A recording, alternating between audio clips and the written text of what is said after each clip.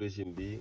nekk fi di jiite réew mi tey régime bu dangereux la xam nga nag lu feeñ ci sëy nuyoo na ci ngoro parfois dañ koy tànkamlu ndax yàkkam ci sëy bi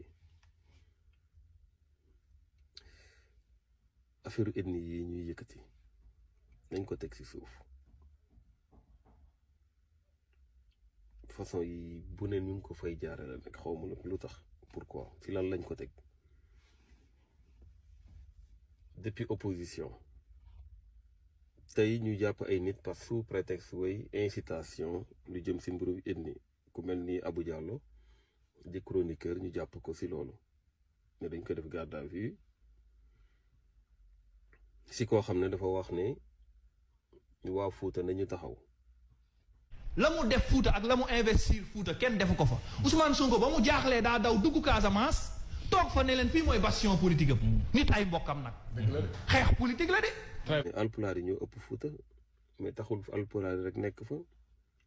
est-ce que une ville a une connotation ethnique c'est-à-dire que est-ce que suñu waxee benn ville rek ça veut dire que tudd nañ benn ethnie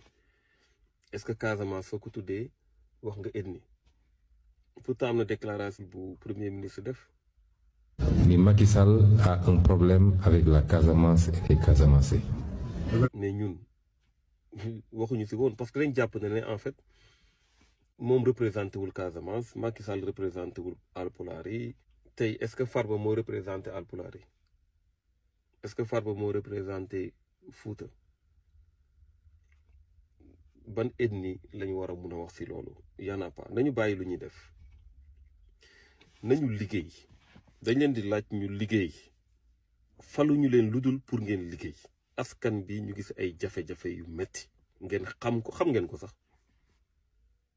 xam ngeen ko diversion bi dafa doy nan ngeen di def ba sénégalais yi ñu jóge ci jafe-jafe yi ñu nekk te yu ci bari ngeen dugal leen ci yéen parce que am na loo leen ci fekk dëgg la am na loo leen ci yokk te dinañ ci ñëw muy ay jafe-jafe yoo xamante ne seeni décision ñoo ko indi fexe leen ni ngeen di def yéen ba ngeen génne sénégalais yi ci jafe-jafe yi moo gën lii ngeen di def. régime bi nekk fi di jiite réew mi tey régime bu dangereux la xam nga nag lu feeñ ci sëy nuyoo na ci ngoro parfois dañ koy tànkamlu ndax yàkkam ci sëy bi affaire ethnie yi ñuy yëkkati nañ ko teg ci suuf façon yi bu ne ñu ngi ko fay jaarale nag xaw ma nag lu tax pourquoi ci lan lañ ko teg depuis opposition tey ñu jàpp ay nit parce sous prétexte way incitation lu jëm ci mbirum ethnie ku mel ni Abou Diallo di chroniqueur ñu jàpp ko ci loolu ne dañ ko def garde à vue ci koo xam ne dafa wax ne waa Fuuta nañu taxaw. la mu def Fuuta ak la mu investir Fuuta kenn defu ko fa Ousmane Sonko ba mu jaaxlee daa daw dugg Casamance toog fa ne leen fii mooy bastion politique am nit ay mbokkam nag. xeex politique la de. mais alpulaar yi ñoo ëpp Fuuta mais taxul alpulaar yi rek nekk fa est-ce que une ville a une connotation ethnique c'est-à-dire que est-ce que suñu waxee benn ville rek ça veut dire que tudd nañ benn ethnie est-ce que Casamance soo ko tuddee wax nga ethnie pourtant am na déclaration bu premier ministre def. Mais Macky Sall a un problème avec la Casamance et les Casamançais. mais ñun waxuñu ci woon parce que dañ jàpp ne en fait moom représenté wul Casamance Macky Sall représenté wul alpulaar yi tey est-ce que Farba moo représenté alpulaar yi est-ce que Farba moo représenté Fouta ban ethnie lañu war a mun a wax ci loolu y en a pas nañu bàyyi lu ñuy def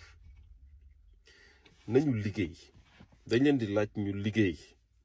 faluñu leen lu dul pour ngeen liggéey askan bi ñu gis ay jafe-jafe yu metti ngeen xam ngeen ko sax xam ngeen ko diversion bi dafa doy nan ngeen di def ba sénégalais yi ñu jóge ci jafe-jafe yi ñu nekk te yu ci bari ngeen dugal leen ci yéen parce que am na loo leen ci fekk dëgg la am na loo leen ci yokk te dinañ ci ñëw muy ay jafe-jafe yoo xamante ne seeni décision ñoo ko indi fexe leen ni ngeen di def yéen ba ngeen génne sénégalais ci jafe-jafe yi moo gën lii ngeen di def